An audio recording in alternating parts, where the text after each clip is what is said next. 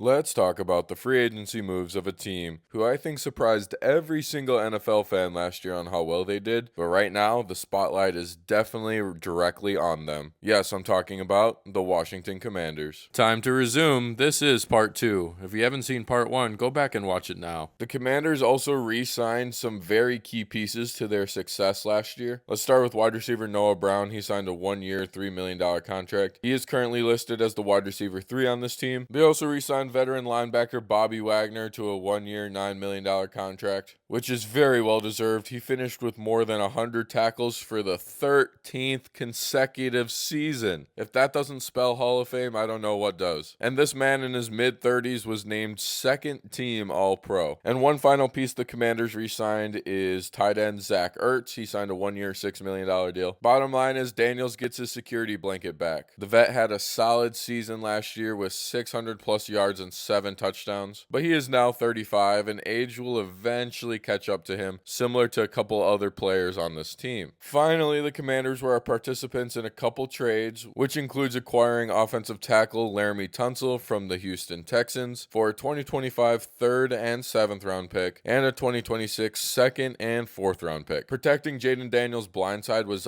obviously a priority for the Commanders, so much so to give up hella draft capital for Laramie Tunsil. The Commanders also acquired wide receiver Deebo Samuel from the San Francisco 49ers for a 2025 5th round pick. Rumor has it, now that training camp has started, that he's not actually thick and out of shape like we saw videos of in OTAs. And hopefully for the Commanders it's true, because they need a secondary receiving option behind Scary Terry, especially with Scary Terry holding out for a new contract right now. And a secondary receiving option is just what the doctor ordered for Jayden Daniels. Overall, I gotta give the Commanders free agency moves an A. They replaced all the positions that they lost with either younger or cheaper options. They made it a priority to sign a couple veterans that were essential to their team, one in the offensive end in Zach Ertz and one on the defensive end in Bobby Wagner. Also, the Commanders committed to opening up the Super Bowl window, especially when Jayden Daniels is on his rookie contract, by acquiring veterans like Laramie Tunsil and Deebo Samuel to help out their offense and hopefully take them over the hump into the Super Bowl. Overall, it was a very solid offseason for the Commanders,